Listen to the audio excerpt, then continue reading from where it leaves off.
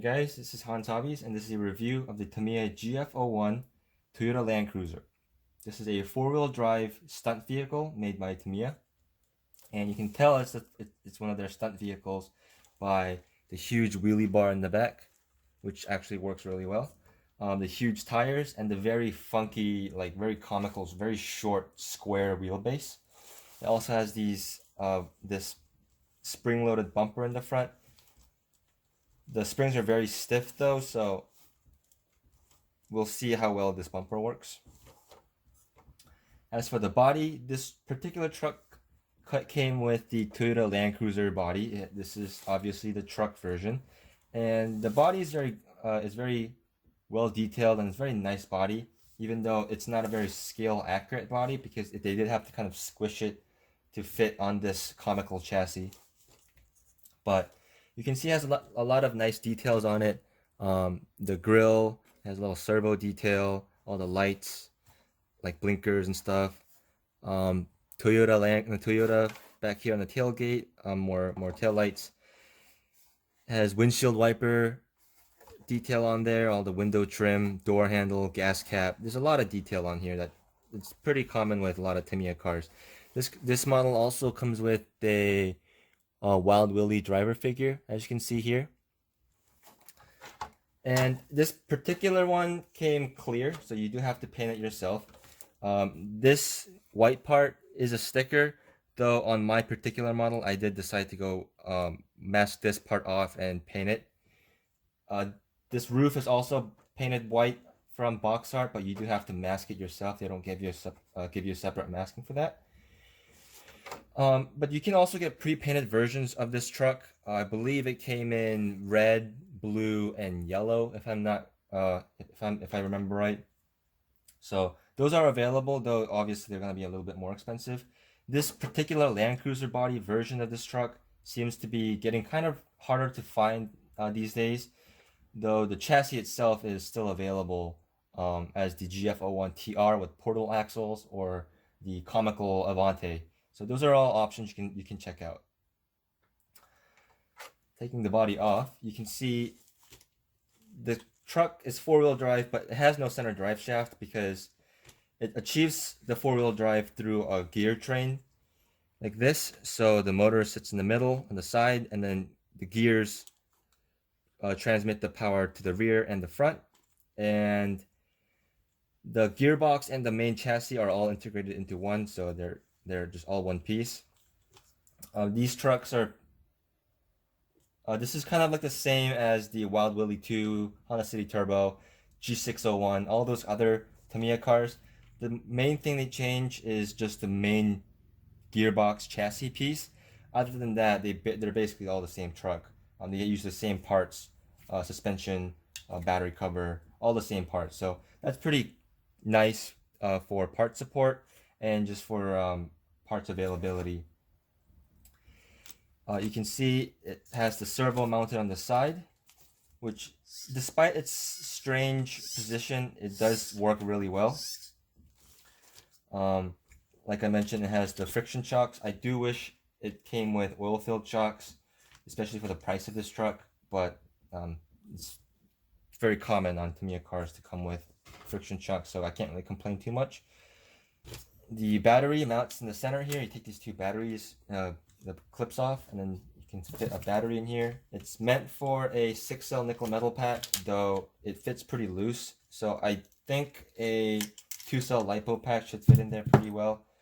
Normally this battery cover is supposed to become able to become removed entirely, but on this particular car they actually tell you to mount all the electronics to the battery tray, which is kind of strange and not my favorite, but there's really no other place to mount them.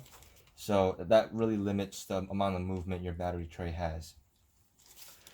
This particular model didn't come with any electronics, only the motor. I'm running it with a Spectrum signal receiver, Hobbywing ESC, just a random servo, and ball bearings. Other than that, this truck is pretty stock as per the review. And with all that said, let's go see how it drives. So how does this car drive? You can see it's also kind of tippy, but I'm doing full throttle runs here, and it is able to achieve full speed just on my driveway. The stock 27 turn Tamiya motor it was never fast to begin with, but then add the four-wheel drive and all the drivetrain loss, and it's really gonna reduce the top speed of this thing.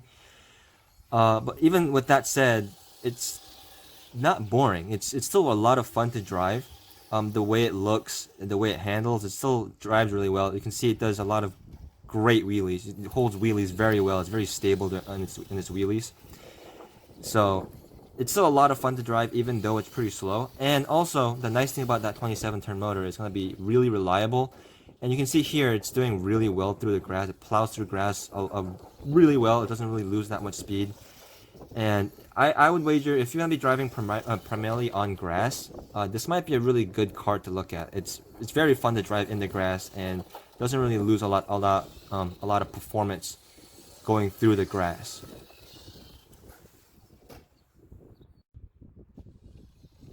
So more of that like driveway bashing type of driving. How does this thing do? So you can see here, I'm kind of jumping it on this edge of the driveway. And that's not the most smooth edge either, so it is kind of slamming into the edge of that flat surface of the edge of the driveway when it hops up like that. So I would say the durability of this thing in stock form is pretty respectable. You can see the body's getting pretty beat up too, and the body hasn't shown any sign of cracking or anything, so the body also seems like it's decent quality. Doesn't seem to have too many issues. I did have a slight issue with the paint chipping at the little corner where the windshield and the edge, the rear edge of the hood meet up, but you can't really see it that easily, and it doesn't really seem like it's getting worse. So I don't think that's that big of a problem. It might be just a problem with my particular one. But one issue that it has, or a feature, depending on how you look at it, is those front flips it's doing. It does those front flips pretty easily as long as it's on a pretty high traction surface like grass or the asphalt or driveway or something. And that is something that you're going to have to watch out for, because if you do put in a hotter motor and you try to do like speed runs or something with this thing, it is going to end up, when you try to stop quickly, it is going to start flipping over forward, and you are going to end up having a pretty catastrophic crash. So I would say, unless you're driving it on like primarily on grass or loose gravel or dirt or something like that, where it doesn't really matter if it flips over or it just doesn't have the traction to flip over, I would say don't drive it on anything hotter than the Tamiya Sport Tune motor, because anything hotter than that, and it's gonna become pretty catastrophic, and your body's not gonna last as well it is doing here. But with that thing in mind, with the traction profile, you can see I'm driving it on the street and just on my driveway, and the traction is actually pretty good. The tire compound is soft enough, and it has foams in it, surprisingly, like I mentioned. So it is a pretty decent tire on high traction surfaces like this. It does grip very well. My one complaint about it would be the traction profile changes drastically if the surface or the tires get even the slightest bit damp. It suddenly turns into almost basically like drift tires. It doesn't like to grip very well. So that is another thing you're going to have to keep in mind. These tires are definitely for very dry, hard, high traction surfaces like concrete or the driveway. But you can see with the stock dry profile, they are good enough where the truck will actually flip over pretty easily. The high center of gravity also helps with that, but you know, I'll get into the stability a little bit later.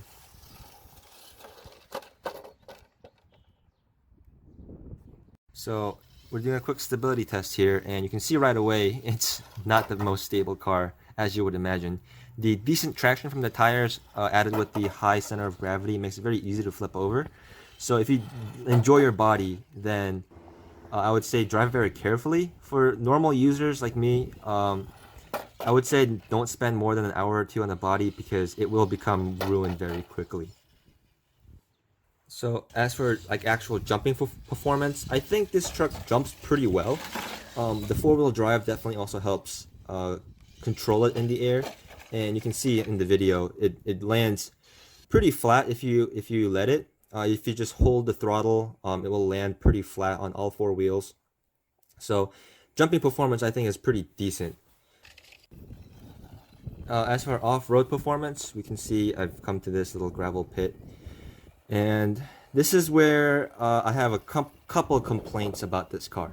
So first off is the tires. So the traction from the tires isn't bad on this surface, but they are very low profile, and added with that the fact that the car doesn't have any oil shocks, it makes the car very bouncy, and you can say that kind of act as the character of it, but also it's kind of detrimental to the overall handling and performance of it. I do wish that Tamiya included the lunchbox style tires on this, because that would have actually added a little bit more suspension action and a little more compliance to the bumps. These models overall don't have a lot of suspension travel. They have similar suspension travel to what you would find in a buggy or a rally car or something like that. So not a lot of suspension travel happening. So having that the higher profile tire and the more compliant and soft tire to absorb a little bit more of the bumps would have definitely helped. But other than being a pretty bumpy ride, the performance overall I don't think is bad at all. You can see it is traction rolling a little bit. These are pretty big rocks compared, like, relatively to the car, so that's kind of what it's catching on. On looser surfaces, with more like fine dirt surfaces, I doubt it would traction roll as frequently, just because there aren't as many edges to catch the rim on. But yeah, it's a lot of fun to drive off-road too, and it definitely doesn't slow down very much. The four-wheel drive definitely helps it drive pretty confidently through grass, pretty thick stuff. This is definitely very rough terrain, especially for the size of this car, and it's handling it with no problem. Again, just granted a little bit bumpy, but it's performing well, and overall I'm pretty happy with the performance of this car off-road. So after we've run it, I do have a couple notes to make. The first one is these screw pins in the back seems to slowly back themselves out as the suspension works itself. So you want to keep an eye out for these. Make sure they're not falling out. And another thing you can do for those self-tapper threads is you can fill it with this just regular white Elmer's school glue, and that kind of will act like thread lock for these self-tapper screws, especially in these screw pins. So that is something you can try. Another thing is the servo saver seems to bind, and even moving it by hand like this, I can feel it binding.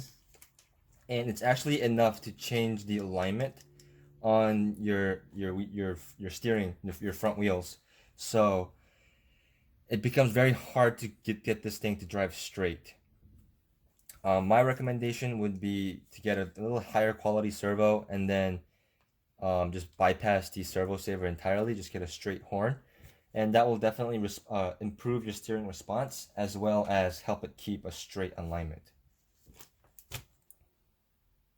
My final thoughts is that this car looks great, was very fun to build, not that hard to build either, very fun to drive, and it's overall a very excellent kit. Now for the beginner, I would say look into getting the two-wheel drive version of this truck, which is the WRO2. Nowadays it's known as the Wild Willie 2, or the Comical Buggy series, the Hornet, the Grasshopper, and the Frog. And I would recommend those because on those, the transmission is pre-built, so it's a little more beginner friendly for people that haven't built a kit before. Also, the two-wheel drive means it won't do those front flips, and it's a lot easier to come to a panic stop with, which a lot of newbies might not be used to that brake feature that hobby grade RC cars have. So that is something to note. If that's something that you aren't concerned about, or you want it to do the front flips and you want the four-wheel drive, I'll definitely recommend this with no caveats.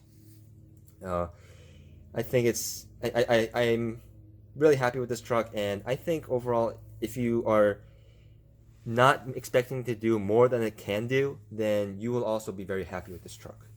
So if you enjoyed this review or found it helpful, please subscribe, comment down below, give me a like, all that good YouTube shenanigans, and I will see you guys next time.